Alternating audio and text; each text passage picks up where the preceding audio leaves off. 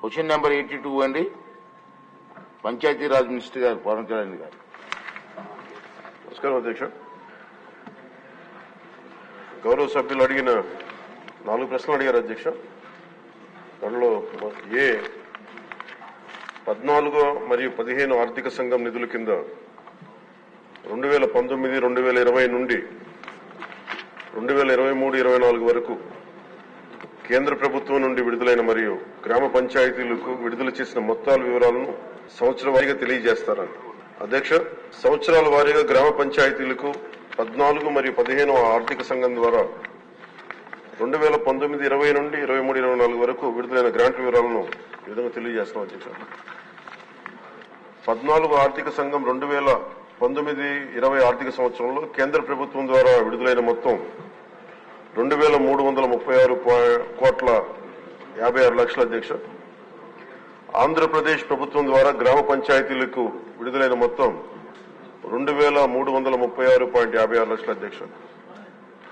మొత్తం 14 ఆర్థిక సంఘం 5వ సంవత్సరానికి 2019, 20 2,336,56 అధ్యక్ష. అదే ఆంధ్రప్రదేశ్ ప్రభుత్వం ద్వారా కూడా గ్రామ పంచాయతీలు విడుదలైన మొత్తం 2,336,56 అధ్యక్ష. 15వ ఆర్థిక సంఘంకి సంబంధించి 2020-21 ఆర్థిక సంవత్సరానికి కేంద్ర ప్రభుత్వం ద్వారా విడుదలైన మొత్తం 1,837,50,00,000 అధ్యక్ష. ఆంధ్రప్రదేశ్ ప్రభుత్వం ద్వారా గ్రామ పంచాయతీలకు విడుదలైన మొత్తం 1,837,50,00,000 అధ్యక్ష. 2021-22కి 1,338,52,00,000 అధ్యక్ష. ఆంధ్రప్రదేశ్ ప్రభుత్వం ద్వారా గ్రామ పంచాయతీలకు విడుదలైన మొత్తం 1,338,52,00,000 అధ్యక్ష. 22-23 ఆర్థిక సంవత్సరానికి 1,378,65,00,000 అధ్యక్ష కేంద్ర ప్రభుత్వం నుంచి వచ్చింది. ఆంధ్రప్రదేశ్ ప్రభుత్వం ద్వారా గ్రామ పంచాయతీలకు విడుదలైన మొత్తం 1,378,65,00,000 అధ్యక్ష. 23-24 ఆర్థిక సంవత్సరానికి సంబంధించి కేంద్ర ప్రభుత్వం ద్వారా విడుదలైన మొత్తం 1,392,69,00,000 అధ్యక్ష. ఆంధ్రప్రదేశ్ ప్రభుత్వం ద్వారా గ్రామ పంచాయతీలకు విడుదలైన మొత్తం 696,41,00,000 అధ్యక్ష. మొత్తం 15 ఆర్థిక సంవత్సరానికి సంబంధించి 5,947,30,36,00,000 విడుదల చేసింది అధ్యక్ష. ఆంధ్రప్రదేశ్ ప్రభుత్వం ద్వారా గ్రామ పంచాయతీలకి విడుదలైన మొత్తం 5,251,08,00,000 అధ్యక్ష. ఈ 14 మరియు 15 ఆర్థిక సంఘం వెరసి మొత్తం 8,283,92,00,000 విడుదల చేశారు అధ్యక్ష.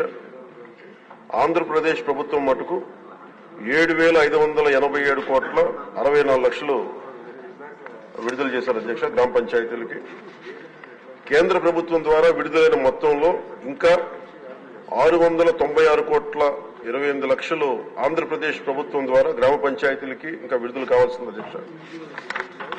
ఈ రెండో ప్రశ్నకు అధ్యక్ష, నిధుల నిలిపివేత కారణంగా గ్రామ పంచాయతీలకు ఎదుర్కొంటున్న ఇబ్బందుల విషయాన్ని ప్రభుత్వం గుర్తించిందని గౌరవ సభ్యులు అడిగారు అధ్యక్ష.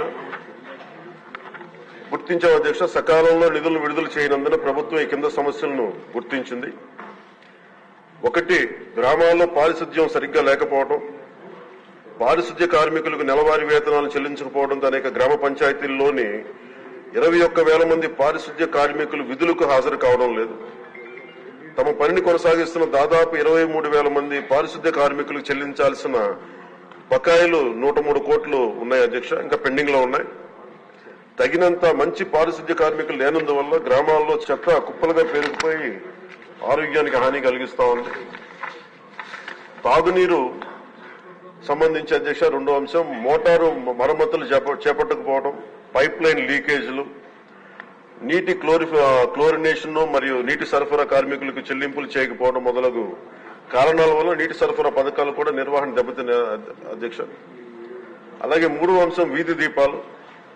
గ్రామ పంచాయతీల అనుమతి లేకుండా ఆంధ్రప్రదేశ్ డిస్కాంలకు చెల్లింపులు చేసే నిమిత్తంలో నిధులు ఎక్కువ భాగం మళ్లించడమైంది.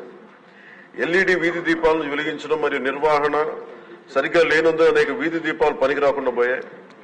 ఇది గ్రామీణ మహిళల రక్షణ మరియు గ్రామస్తుల భద్రత మొదలైన వాటితో సహా గ్రామంలోని అన్ని జీవన అంశాలపై ప్రతికూల ప్రభావాన్ని చూపింది. ఇంకా గ్రామ పంచాయతీలకు ఆర్థిక కమిషన్ గ్రాంట్లు నిలిపివేయడం వలన పేలవమైన పారిశుద్ధ్యం, అపరిశుభ్ర తాగునీరు మరియు పనిచేయని విద్యుత్ దీపాల కారణంగా మన రాష్ట్ర జనాభాలో 71% ఉన్న 3,54,00,000 గ్రామీణ ప్రజల జీవితం చాలా దారుణంగా ప్రభావితమైంది. అలాగే ఇది 3వ ప్రశ్న అధ్యక్ష. దానికి గల కారణాలు ఏంటని అడిగారు అధ్యక్ష. గ్రామ పంచాయతీలకు సకాలంలో నిధులు విడుదల చేయకపోవడానికి గల కారణాలను ఈ కింద విధంగా గుర్తించడం జరిగింది అధ్యక్ష. గ్రామ పంచాయతీలకు ఎన్నికలు నిర్వహించడంలో 2 సంవత్సరాల 7 నెలలు జాప్యం జరగడం, 1/8/2018 తేదీన నిర్వహించాల్సిన గ్రామ పంచాయతీ ఎన్నికలు చివరికి నిర్వహించడమైంది. మరి ఎన్నికైన సంస్థ 2021 మార్చి నెలలో బాధ్యతను స్వీకరించింది. కేంద్ర ప్రభుత్వానికి 2వ అంశం అధ్యక్ష. కేంద్ర ప్రభుత్వానికి గ్రాంట్ ట్రాన్స్ఫర్ సర్టిఫికేట్ అంటే వినియోగ ధ్రువపత్రాన్ని ఆలస్యంగా సమర్పించడం. 3వది గ్రామ పంచాయతీల బ్యాంకు ఖాతాలను గత ప్రభుత్వం ఉద్దేశపూర్వకంగా పిఎంఎఫ్ఎస్ ప్రభుత్వ ఆర్థిక నిర్వహణ వ్యవస్థతో ఏకీకృతం చేయలేదు, దానికి అదొక కారణం.